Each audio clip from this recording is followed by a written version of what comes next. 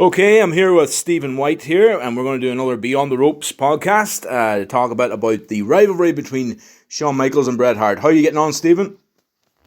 Not too bad, Kieran. Just like everybody else, fed up with the lockdown, but we're waiting anxiously for the third series, actually, Beyond the Ropes, which should ease everybody's mind. That's it. Actually, the Beyond the Ring thing that's on, that's been on has been very good, and there is a third season, isn't there, coming up?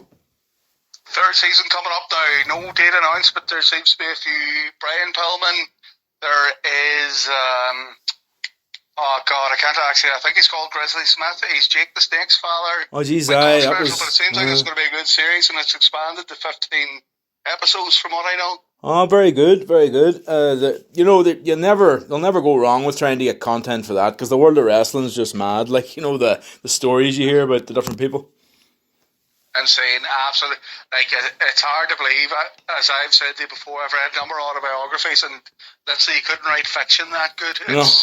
It's madness, isn't it? Really, like, you yourself would be a big follower of the Attitude Era in the mid to late 90s, I'm sure. And we have decided to do this on Bret Hart and Shawn Michaels, a massive rivalry within the wrestling world. Tell me about where you first started looking into these guys.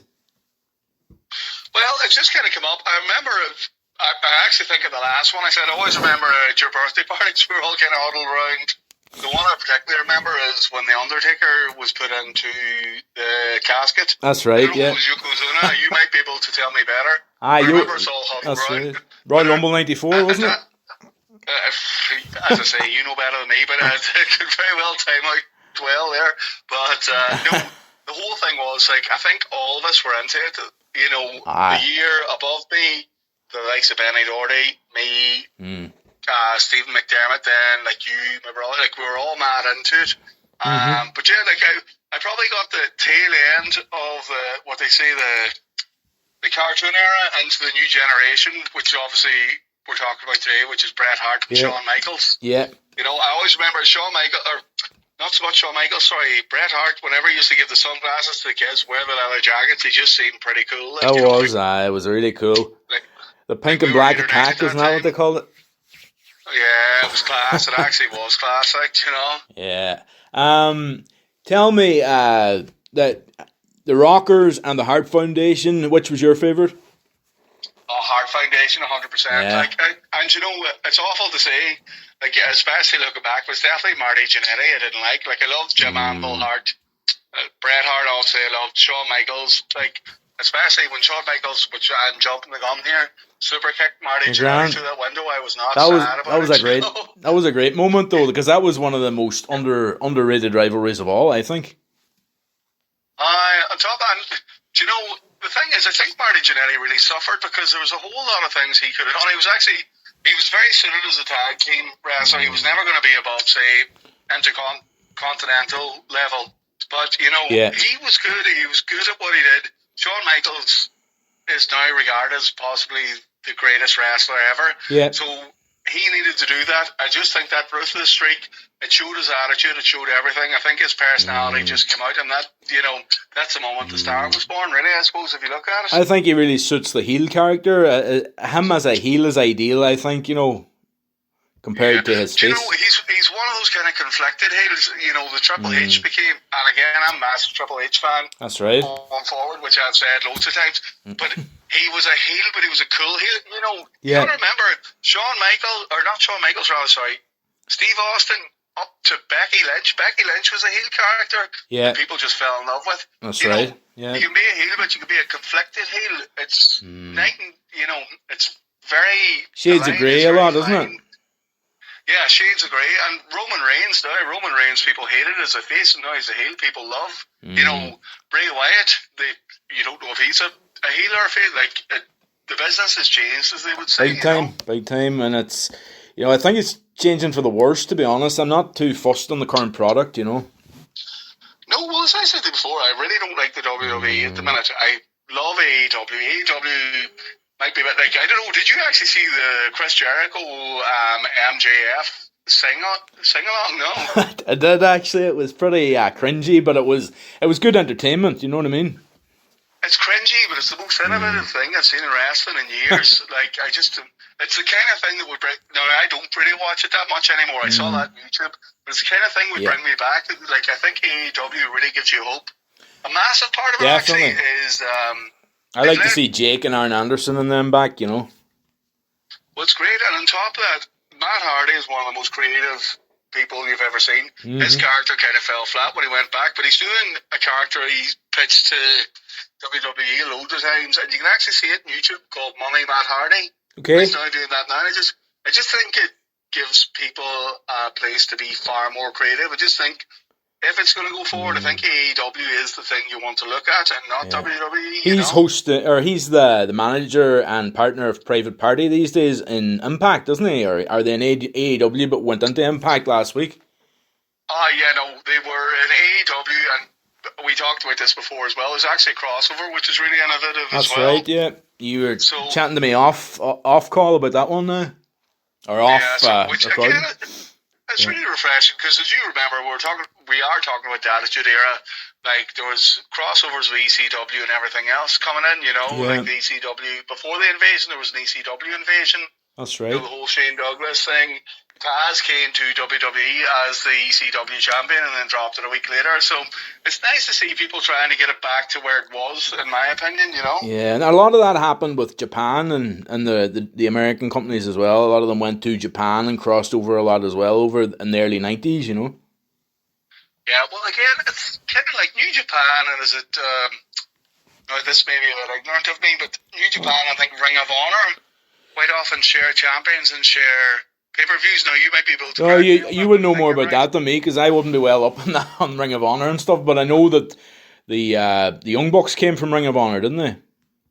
Yeah, well, even, I think, actually, the Young Bucks won the titles from, to my knowledge, from the Hardy Boys, but we're digressing anyway just before the Hardy Boys came back. Yeah, but yeah, we could chat about so much. Nice it's too broad a subject, isn't it? That's the actual problem. But the people that don't know much about it would think they wouldn't know much. They wouldn't be able to go this broad with the subject. But then we're fans, I suppose. So it's and with being the way it is, as I said before, when I get bored, I just read random articles on Sportster WWE, which good website, yeah. Help.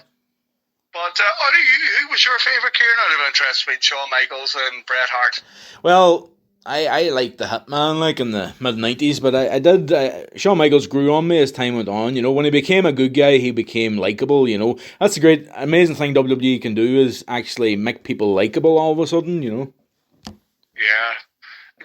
It's funny, though, again, pardon me, sorry. The Rock, and then now Roman Reigns, they call his cousin. He's actually not his cousin, they're not related. It's just the Samoan dynasty, and Rock's father was friendly with thing. But regardless, The Rock was the same. They tried to force him down people's throats, and then I think sometimes WWE needs to just relax. And I think when they let people be their own personality, the fans love it. I think trying to make people these things, and you hear a lot about these scripted promos these days. Yeah, and I think that's a massive issue. I think Shawn Michaels really became big when he was allowed to be Shawn Michaels, the person. Absolutely. He cut a few great promos in the late 90s, and then when he came back in, then as a on and off kind of character, and when he came back, when he made his comeback in 2002, I don't think his promos were near as good. The commissioner of Raw, he was very good as actually. I think that's that on and off period you talk about. He was very good, particularly because he battled DX. And that's right. He used to say, "Play my music." But I love the way even the way he sounded out his promos and his delivery was top class. I know he was definitely good. I think, as you say, the current product, I don't know if it's something else they want, or people just don't develop the same way they used to. But if you look at the way, at the same time, you had him, The Rock, Triple H, Steve Austin, Mick Foley, Kurt Angle, Booker T. Who's who, really? And the list goes on and on and on. Well, as I was listening to The Undertaker on Joe Rogan the other day. I don't know if you've seen it, but he mentioned that. I didn't. He mentioned that the current product, the current wrestlers are very, they're a different breed from his day. They're very much not as tough at all. No, definitely not. Like, I don't know. Like, I think this whole scripted thing, and apparently Stephanie McMahon brought it in. I think that really stunts the growth. Like, I tell you, I think out of everybody, I don't know if you've watched much of it recently, Kevin Owens is amazing, and Kevin Owens is probably, in this controversial statement, the closest thing to Steve Austin you would find at the minute. It's not just because he does the stutter; he's just raw. He's got a whole lot of grit about him. You know, I just don't think wrestlers could go the way they go. And I haven't watched him enough, Lynch, but I've seen him a few years ago, and I see where you're coming from there. Yeah. But I think the reason Becky Lynch got so big is because they didn't pay attention there. She's just meant to be a heel. They were trying to push Charlotte Flair. Like, that's what I'm saying. I think Becky Lynch grew organically, and she became massive. She really did, you know, before she had the baby. Like, she was probably the biggest star in WWE. She really was, yeah, definitely. But, like, I think she grew out of the fact they were ignoring her. But, like, even there's just so much wrestlers could do now and they don't do it. I just think it's become so stunted for wrestlers, which must be a killer for them. Well, like, even but the moveset goes the other extreme though, because they're doing everything out under the sun as far as they could kill themselves easy enough, you know what I mean? But they're back in the day it was really methodical, the moves weren't as extreme and everything, and the storylines were better, promos were better. It seems to have flipped, you know what I mean? The only thing is, if you look at it, not so much actually, and again, this is kind of more NXT AEW. If you look at a lot of the moves, the guy's on the ground and the guy above him goes and he does a somersault onto his stomach and rolls off. Yeah. Like, if you were talking about real life, you would just stamp that guy in the head. You know, just you know. I think Jim Ross actually brought it up with AEW. It's the thing he doesn't like. I think he says there's too much flips and flops. I don't remember the direct quote, but you know, the movesets are great. But you know, had an air for the younger guys. Like, I think the real, and again, I'm critical about it, or you know, biased. I think the real golden era was the Attitude Era, because you had the big leg drop with Hulk Hogan, which you know, and hulking up and everything else, which I don't know, like, really, it wouldn't go today. The DDT by Jake Roberts, which actually I think was kind of underrated, and I know John Moxley does it now, who used to be Dean Ambrose, and he does it well, the Dirty Deeds. He does it a bit like Raven used to do it, actually, doesn't he? Yeah, he does, actually. And you've got, like, the Ultimate Warriors thing was awful. Like, there was a lot of poor finishing moves. Like, you know, if you look at bar the People's Elbow, which was ridiculous. Yeah, I got this done on a bet or something. Apparently, I was just trying to make the Undertaker laugh, but there's actually a great story about Goldust.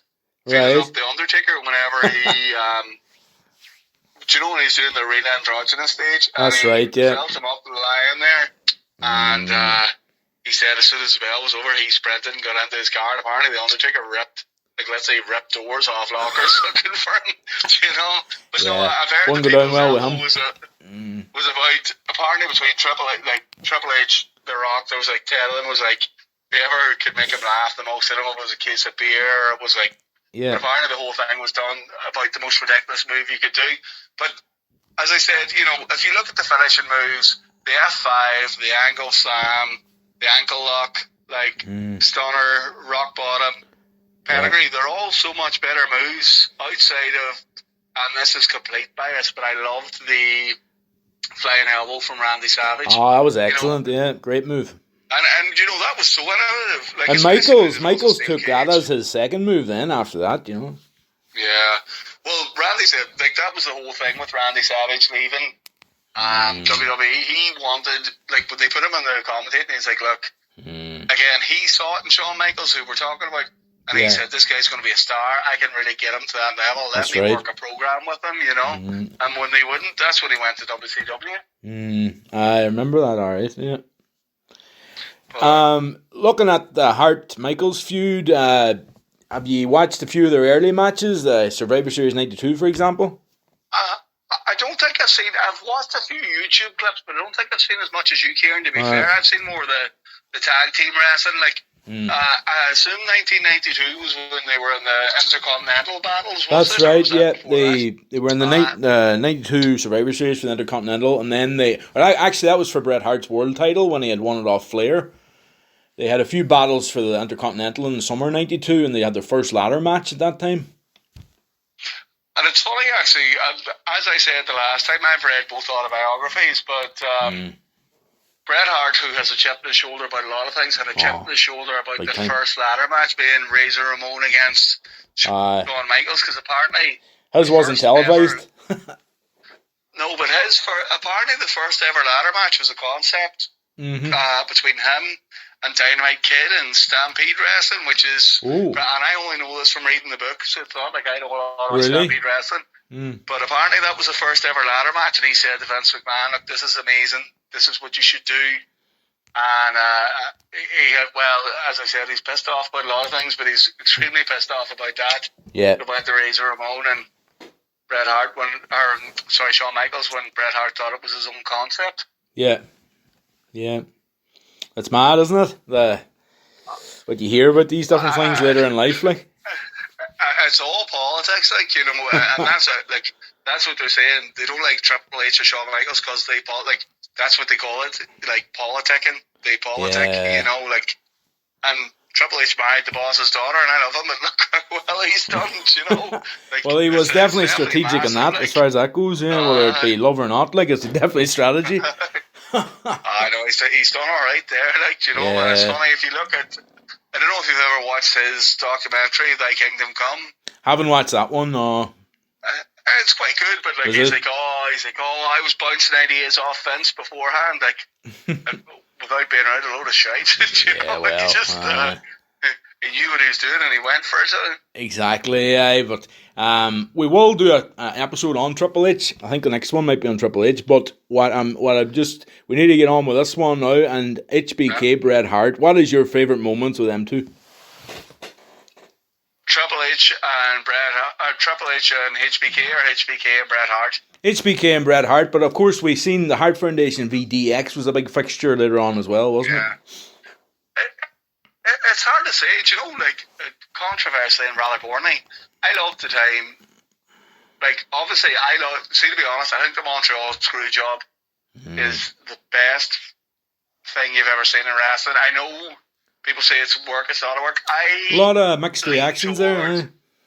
I lean towards saying, like, have you watched Wrestling with Shadows? No, that Leslie catalogued it. I've seen it a few times, I find it very hard to believe he didn't know, but outside of that, I actually really liked the time they kind of reunited. Then Vince McMahon. He had a crap run in WCW compared to what he had been doing. So I don't know if it's a work or not, man. I think it could be a shoot, you know.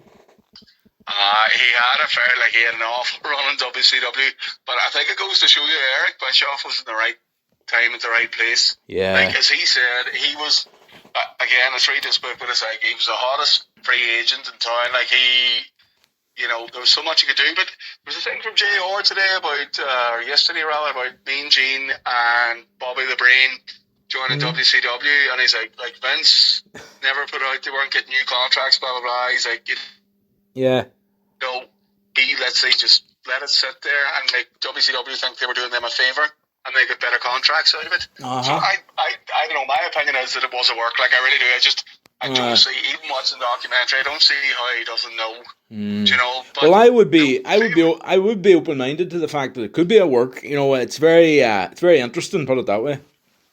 Yeah, like it's like anything else. Maybe I sound like some mentalist. No. I know. Just to let our listeners know that wouldn't be 100% familiar with it. Like, we are, a work means obviously it's part of the storyline, and a shoot means it's real life. You know, put on the spot. But no, really more than that. That's probably. Like, it's there's very few moments I actually really like between the two of them. Yeah. There's moments separately. I love, like, the Davey Boy Smith and the Bret Hart match is great. SummerSlam 92 in London. With DX, And again, there's an awful story about him performing in London where he's meant to go over in front of, or meant to win in front of his sister, Davey Boy Smith, the British Bulldog. Yeah. And Shawn Michaels threw up everything at the end to make it not happen, and his sister was dying of cancer, and he had the whole, again, Davey Boy Smith's sister was dying of cancer. Really? He had his whole family there, and it's a really deplorable story, you know. What I heard was as well, Bret was saying, like, you can't believe everything you hear from Bret these days either, like, but and Davey Boy's dead, so it's hard to know whether things are true or not. But it seems he was drugged out of it, and Bret had to lead him the whole match. I find that hard to believe because that was probably his best. Like, Bret's obviously great. I think he really has a complex about, this whole the best there is, the best there. Like, if you read the book, it's really like, I came into the back and that's what Owen said and blah, blah, blah. Yeah. Like, it's questionable, a lot of the stuff he says. But the one thing I will say between Bret Hart and Shawn Michaels, I've read both their autobiographies. I think Shawn's released the second since. But in terms of Montreal Screwjob, Bret Hart dedicates a chapter to it. Okay. Shawn Michaels has 2 pages, so it's very easy to see who's the guilty party in it. Well, it is, isn't it? Definitely, right enough. Yeah. It's very interesting. It's very, very, very infamous, alright, isn't it? But as you say, probably the best bits actually were as the group, between DX and the Hart Foundation. For me, I don't know, I was probably a wee bit younger whenever I know Bret Hart and Shawn Michaels at the WrestleMania where Shawn Michaels doing the whole I have a coach I'm training in the mountains and he wins. The Iron Man match, yeah. Yeah, and then Bret Hart again has a bit of a whinge about that in his book about how Shawn disrespected him. Yeah, he left for 6 months then and done some acting, I think. After that, Bret Hart, yeah. Yeah, he was in some TV show, but it's just Lonesome Dove, wasn't it? Really, But no, I don't know, I was there. See, to be honest, I was never a massive Shawn Michaels fan. I like Bret Hart, but again, I was 8 or 9. Yeah. The sunglasses was a jacket. Everything else.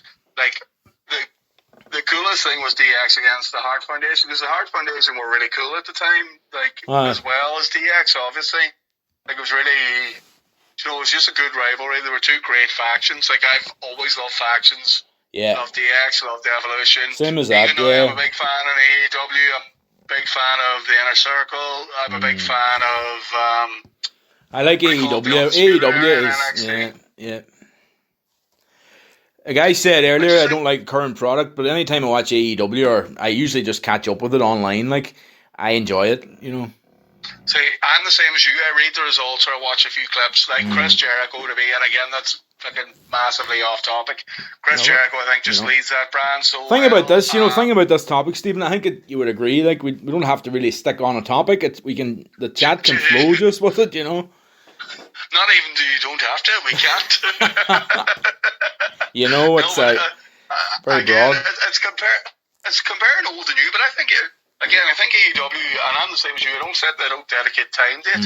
But, I read the results on a Thursday morning. Yeah. The only thing I check NXT for is Finn Balor, because Finn Balor, I liked in WWE. Finn Balor's obviously Irish. Yeah, exactly. It gives you a kind of want to watch him. But, no, it's just interesting. And again, I said this before we recorded. It's just very interesting that WWE had all these. And I think anybody who listens to wrestling knows what the Bullet Club is, or was, or is. It actually became, in Japan it started, really, didn't it? Yeah, well, it's a rip-off of the NWO, but it's interesting because the NWO was a rip-off of the NWO of Japan, but that's right, yeah. Far too far to go down to.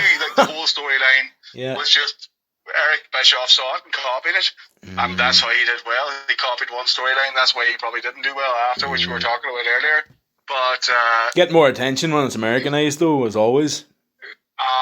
100%. But as I said, even now walking through Belfast, just to actually see quite a lot of not massive amounts, but you'll always see a few Bullet Club T-shirts. Yeah. So WWE. Wrestling's always had a big following in Belfast and in Derry, actually. Yeah. Yeah. Well, I always remember, and it's terrible. I can't remember the name of the shop, but. One just off Waterloo Street, I bought all the DX T-shirts, all the Triple H T-shirts. Right, yeah. And I'd show my age that the internet wasn't a big thing then, sadly. So, I remember buying a Warrior T-shirt under the walls in Derry one time. I was about 5 or 6. I think I spent about £40 on Triple H American football top, and I got it on. I got it home and I put it on. I thought, Jesus, that looks terrible. But it was good times, though. Yeah. But as I say, AEW is just a bit slicker. They've managed to reform the Bullet Club without calling it the Bullet Club, whereas WWE and AEW they've only been formed about 14, 16 months. I could be wrong. So. Well, you were mentioning, Stephen, too, before we started about the crossovers between AEW and Impact Wrestling these days. That's massive, isn't it? Yeah, it's like, and that's what we were talking about. Like, this is a traditional thing that WWE have stopped. Like, there used to be an NWA WCW crossover in the late 80s, the early 90s. There was the ECW invasion before they did the invasion storyline. That's right, yeah. And WWE, again, I could be somebody who can correct me, but I don't know if it's Ring of Honor and New Japan that are. They did, yeah. That's together. right. You're right there. I didn't know much about that, yeah, but yeah. But that's the thing. Like, crossovers are a way of growing things and giving people good, I always enjoyed it with TV shows like sitcoms. Like, I remember Everybody Loves Raymond crossover with King of Queens, and it was always a fun thing, like, Even like Family Guy and The Simpsons, it's like it works for everybody. But it's funny, and we were talking again, Dark Side of the Ring, the TV shows. I don't know if you watched the one about the guy who formed his own promotion. Now, I think it was the UWF. I might be wrong there. You're right, yeah. I watched that, actually, yeah. Yep. So, in that, he went to Vince McMahon. He said, look, I want to do business. I want to do this. I want to do that. Vince McMahon just shot it down straight away. The crossovers work for everybody. And it's interesting. It's the whole thing. Like, I would say the biggest debate in wrestling ever was probably Ric Flair versus Hulk Hogan. Ric Flair went to WWE. They dropped the ball with that one, I think. Yeah. But then the biggest one, the one they've obviously dropped the ball the most with, was Sting versus The Undertaker. That's where a crossover now. They're rival companies, but crossovers work if you work them properly. Definitely. The whole Kenny Omega thing at the minute is brilliant, and it makes him so hateable, which is great because he came in. Yeah. Does he have no association at all with his old gang there in AEW now? Like, remember he was kind of teaming with. No. See, he's part of the Young Bucks, or he was part of the Elite. So Elite was him, Cody, and the Young Bucks, to my knowledge. That's right. I don't think there was anybody else. So he's now with the Young Bucks.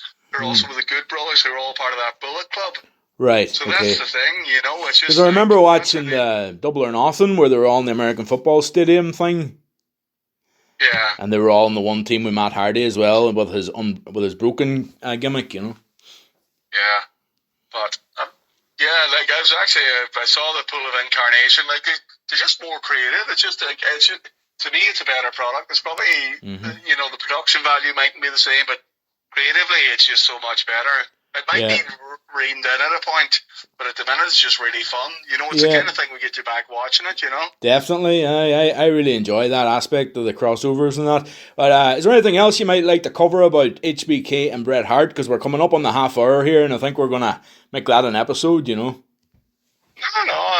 Unless there's anything you want to think. I think we've covered pretty much everything from the Montreal screw job. Yeah. How bad WCW run was for Bret. And then later on, as we know, Owen died then a couple of years later, and there is theories out there that Vince might have been behind that happening, but who knows? Well, it's funny, again, when you read the book, it's just very interesting that Bret Hart always kept a relationship with Vince. It's not like a conspiracy theory. It's just the fact that I really think it's been a work the whole way through. But, to each their own, there's probably about 10 reasons why it's not. And somebody could probably text me them and say, show me. But, I think we've kind of covered. Well, he snubbed the Hall of Fame too, don't forget. Like, in 2006, they inducted him in the Hall of Fame, and he didn't show up to it or anything. Like, so he did a bad feeling, obviously, But if you read the book, the bad feeling was over rights for his matches that they were showing. Okay, right. There's a lot. There's just a lot. Like, there's a lot there. It's hard to know, but it's something we can pick up again. And don't forget as well, he got Stampede taken off the network too, didn't he? See, I didn't know that. I know that he never paid his father for Stampede, so they started Stampede up again. Okay, right. I hear that's started up again. That's right. I heard that. All right. But it's a real it's just a real interesting subject, particularly when you look at Bret's older brothers that were looking for contracts and actually wrestled. I don't know, was it Bruce Hart or anything else? But look, I think we came into the Survivor Series '93. That we could definitely pick up again, so I wouldn't worry. We could probably do 10 podcasts on this. That's true, but I was just going to say, we'll do the next one a bit sooner than 6 months. Yeah, there's no excuse considering we're in a pandemic. Oh, that's so, exactly, yeah. And how are you doing yourself with all this going on? Oh, no, I'm doing great, Kieran. As I said before, 2 kids keeping me busy. What about yourself? Aye, all good now at the minute there. So I just wrap this up now before we'll chat to you then, Stephen. So this has been Kieran Keogh, and if you want to say your name there. Stephen White. For the Beyond the Ropes podcast. Thank you for joining us, folks, and we'll check in with you the next time. All right.